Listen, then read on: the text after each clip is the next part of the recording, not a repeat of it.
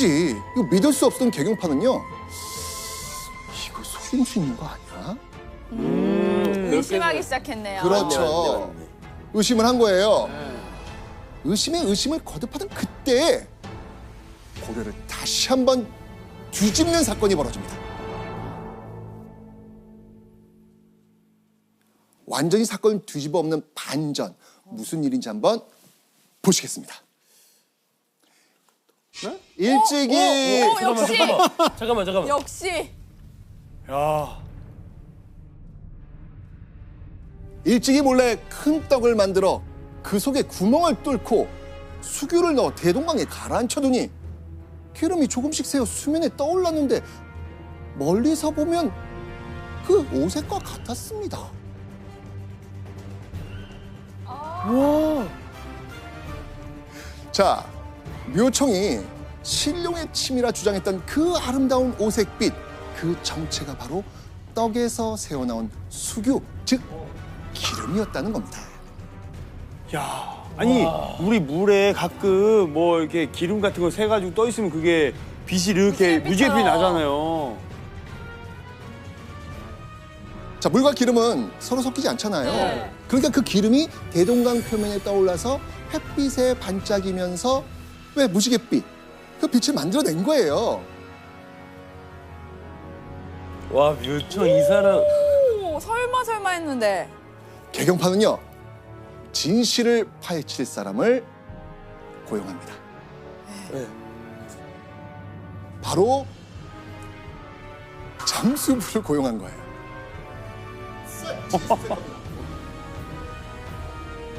이 잠수부는요, 대동강 바닥을 샅샅이 수색합니다. 마침내 강가로 나온 잠수부, 그의 손엔 떡. 그렇죠. 그렇죠. 바로 묘청이 가라앉힌 엄청나게 커다란 떡이 들려 있었습니다. 선생님, 그러면은 묘청이 네, 어찌 보면 그런 사기극 같은 걸 벌인 게 맞나요? 맞습니다. 와. 이 모든 게 다 묘청을 비롯한 서경파의 자작극이었습니다. 와. 그럼 아까 그건 뭐지? 남극성. 아까 그 남국성은 뭐예요? 그것도 자작극이에요?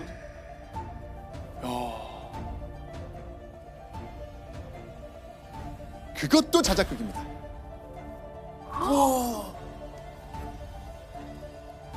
어떻게? 자, 여기에 묘청에 또 다른 꼼수가 있습니다. 과연 어떻게 했을까요?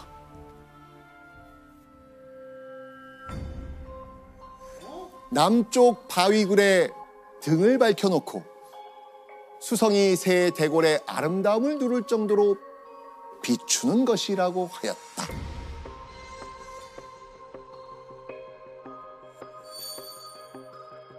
산조차 보이지 않는 아주 깜깜한 밤, 서경 남쪽 산 표면의 바위굴 안에 등을 밝혀놓고 이걸 남극성이라고 속였던 거예요.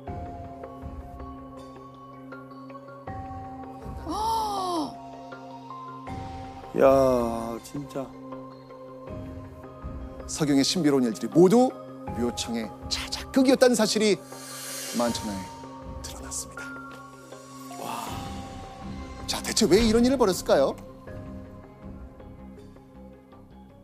서경천도에 지금 진전이 없었잖아요. 그러니까 점점 불안해졌던 이 묘청과 서경파는요, 다시 서경이 좋은 땅이라는 걸 알리고 주목할 수 있게 해야 한다고 믿었던 것이죠. 이 묘청의 사기극이 모두 드러난 상황에서 개경파 가만히 있었을까요? 아, 이때다 하는 거죠. 다 이르지 뭐. 그렇죠. 이 기회를 통해서 인종으로부터 묘청을 떼어내야 되겠다라고 생각합니다. 그리고 이 기회를 놓치지 않고요, 이렇게 말하죠. 묘청 일파를 저작거리에서 처형해 재앙의 싹을 없애십시오. 묘청과 서경파를 공개 처형하자는 겁니다. 어이구야.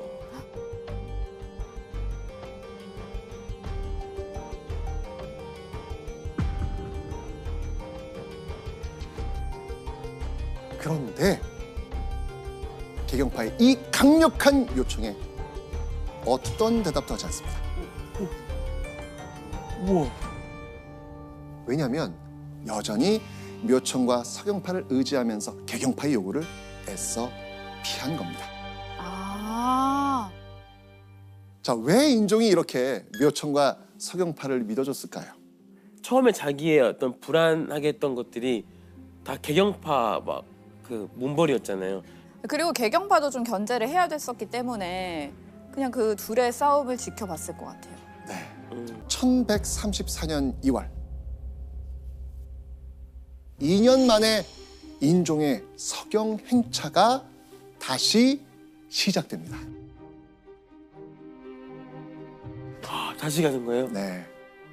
우여곡절 끝에 서경에 온 겁니다. 아, 인종도 좀 기뻤는지 대동강에 배를 띄우고 잔치를 베풉니다. 자, 그런데 이 뱃놀이 무사히 끝날 수 있었을까요? 왜요? 설마 또 무슨 일이 생겨요? 또 징조가 또 일어나나 뭐가? 그야말로 난장판이 벌어집니다. 난장판이요? 네. 갑자기 잠잠하던 강 위로 매서운 폭풍이 휘몰아칩니다.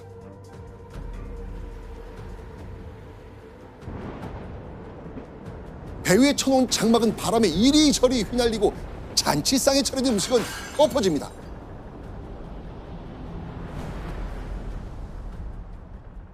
오.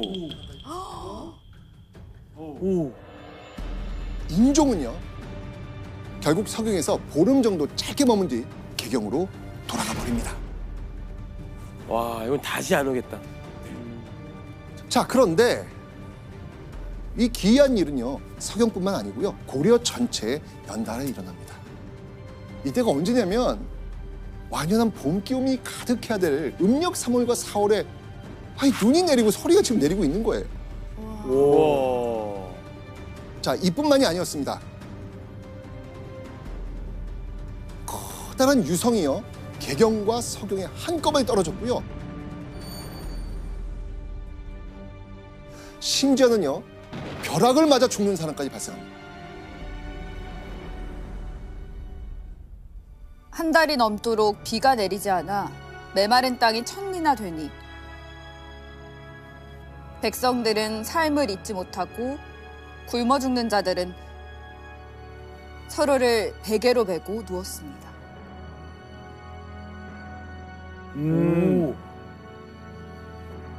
이런 상황을 그냥 두고 넘길 수 없는 사람들이 있겠죠? 누구? 김부식. 김무식.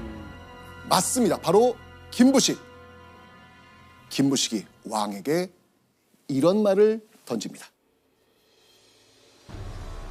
이번 여름에 건령전에 천둥과 벼락이 떨어졌으니 이는 길조가 아닌데 벼락친 그곳에서 재앙을 피한다는 것은 또한 잘못된 것이 아니겠습니까?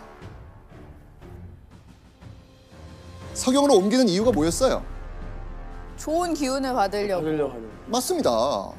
그런데 이곳에 무려 30번 넘게 벼락이 친 겁니다. 개경파 김부식이 논리적으로 전곡을 딱 찌르면서 인종을 가로막은 겁니다. 이번에 인종은 어떤 선택을 했을까요?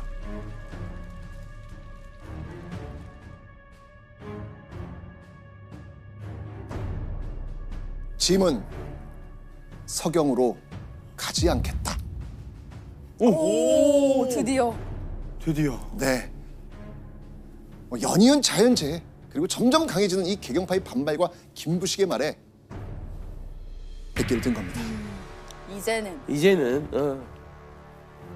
교수님, 이 정도면 이제 인종도 서경천도를 포기한 거죠? 네, 이때쯤 되면 서경천도는 포기했다고 봐야 될 것 같습니다. 이제 뭐 개경의 문벌 귀족들과 서경파 사이에서 왕권을 강화하려고 했지만 결국은 실패하고 김부식과 그 문벌의 말을 들어야 되는 상황이 된 거죠. 아,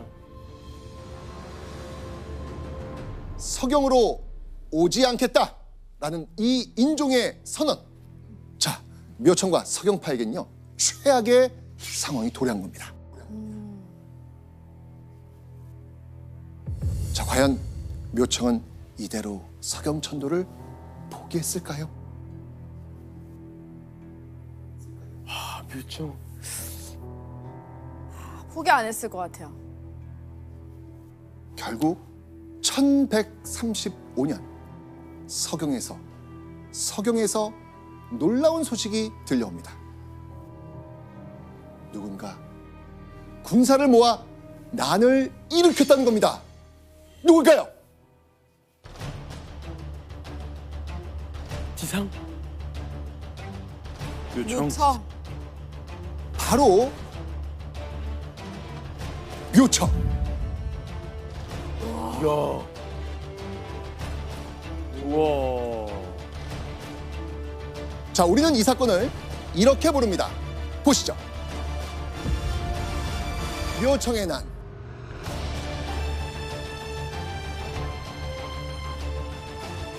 이제는 안 되니까. 본색을 드러내는 와, 이제. 직접 힘으로 어떻게 부르려고. 네, 맞습니다. 인종이 서경으로 오지 않겠다라고 이야기하니까 판을 뒤집기 위한 최후의 수단, 난을 일으킨 겁니다. 자, 그리고요, 당시 묘청은요 왕의 측근이자 명망 있는 승려였습니다. 그래서 많은 이들이 묘청을 믿고 따랐거든요. 자, 그래서요 서경을 중심으로 해서 주황색으로 지금 표시된 지역, 이들이 바로 묘청의 난에 힘을 보탭니다.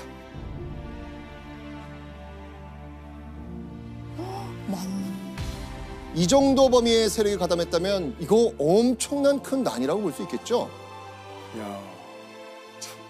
자, 그리고 묘청은요 더 큰 일을 벌입니다. 더 큰 일? 대체 무슨 일을 벌였을지 확인해 보시죠. 대위? 대위? 대위. 이게 뭐냐면 바로 묘청이 서경에 독단적으로 대위라는 나라를 세운 거예요. 아, 와. 자, 이 대위는요 도를 행하는 이상적인 나라라는 의미가 있습니다. 그리고 묘청은 이어서 나라의 연호도 내립니다. 하늘이 열린다는 뜻을 담아서 천계라고 짓습니다. 자, 그런데요 묘청이 세운 나라 대위에는요 기존의 나라와 다른 좀 특이한 점이 하나 있었습니다. 대위의 특이한 점은 무엇일까요?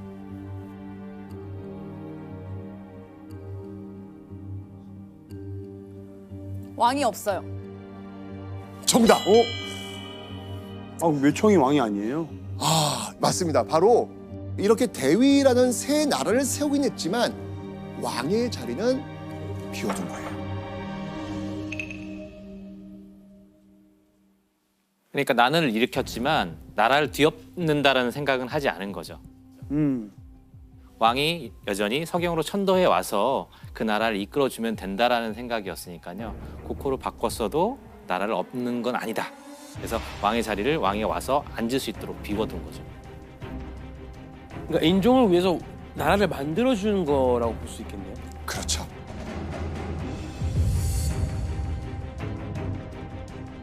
서경에서 난을 일으킨 상황. 자, 묘청과 서경파가 반란을 일으켰다는 소식은 결국 인종에게도 전해집니다.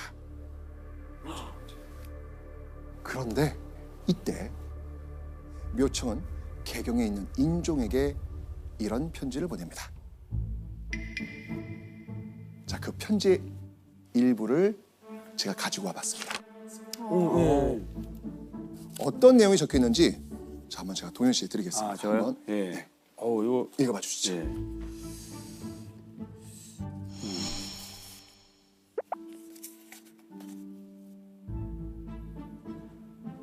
인심은 두려워해야 하고 대중의 분노는 막기 어렵습니다. 폐하께서 서경으로 오셔야 무기를 거둘 수 있습니다. 무슨 말이에요? 서경으로 그러니까 와라. 서경으로 와야 이 모든 게 끝난다. 약간 저는 약간 협박성인데요. 명령. 아, 그렇죠. 맞습니다. 바로 인종이 서경으로 와야만 난을 멈출 수 있다는 겁니다. 이건 협박이나 다름없습니다.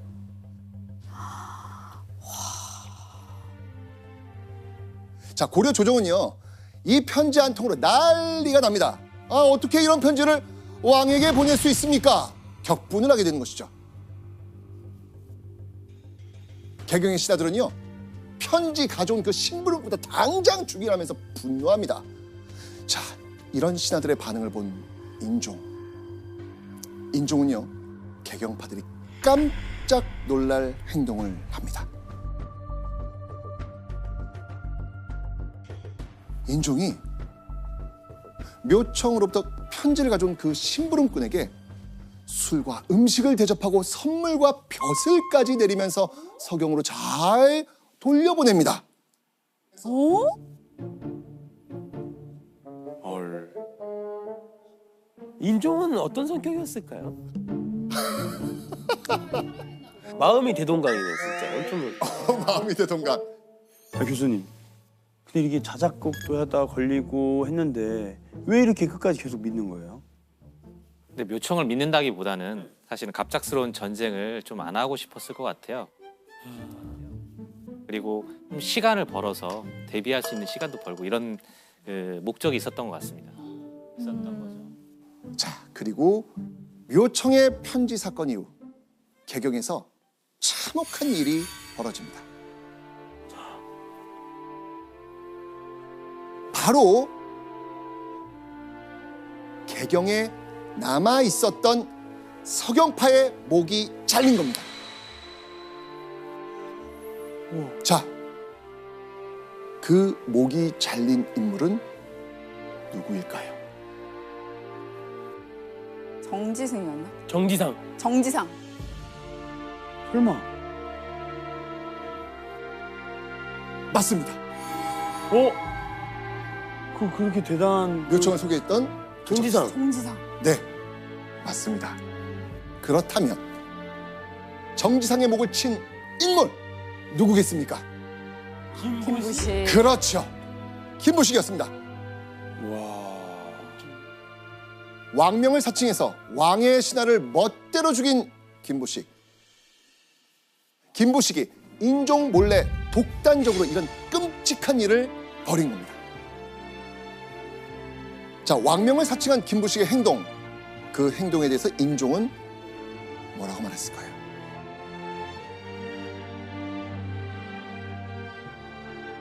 아무 말도 못합니다.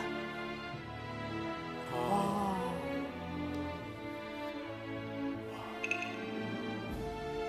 서경 세력을 키우려다 실패한 탓에 이 개경파를 제어할 수 없게 된 상황이 된 것이죠.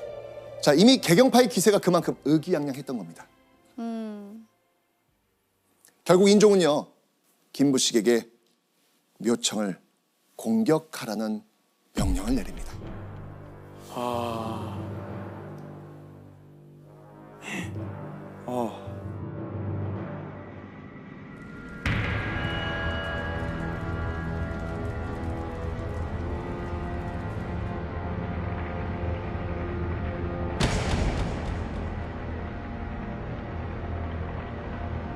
자, 그런데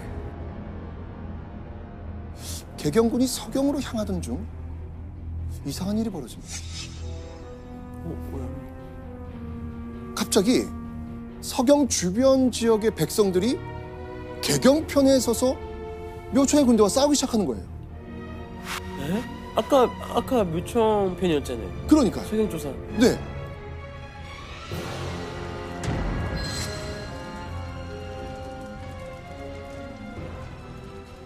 바로 전쟁이 시작되기 전 묘청과 함께 하기로 한 지역에 이런 내용의 편지가 도착합니다.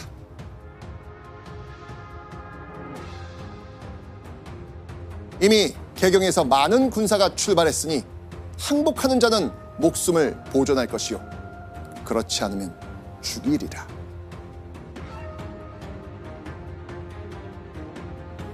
야. 맞서 싸우지 않고 항복하면 목숨만은 살려주겠다는 겁니다. 이 편지를 쓴 사람이 누구다? 김부식? 그렇죠. 야. 김부식이었습니다. 결국 김부식은요, 큰 전투 없이 서경에 입성하기도 전에 묘청의 세력 대부분을 무너뜨리게 된 겁니다.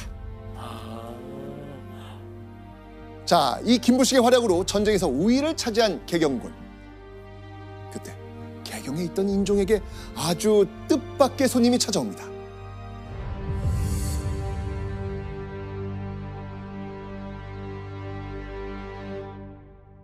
인종을 찾아온 건요, 놀랍게도 묘청과 함께 난을 일으킨 서경의 백성들이었습니다. 뭐야? 이 서경의 백성들이 인종에게 바친다며 무언가를 내밉니다. 무엇일까요?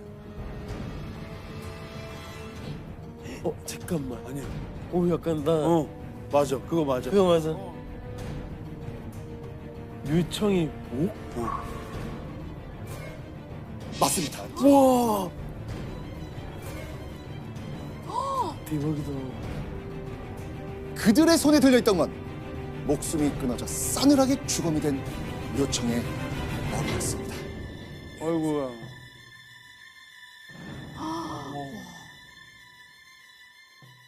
묘청이 난을 일으킨 지 불과 17일째 되던 날이었습니다. 결국 묘청은 믿었던 서경 백성의 배신으로 비참한 죽음을 맞이합니다.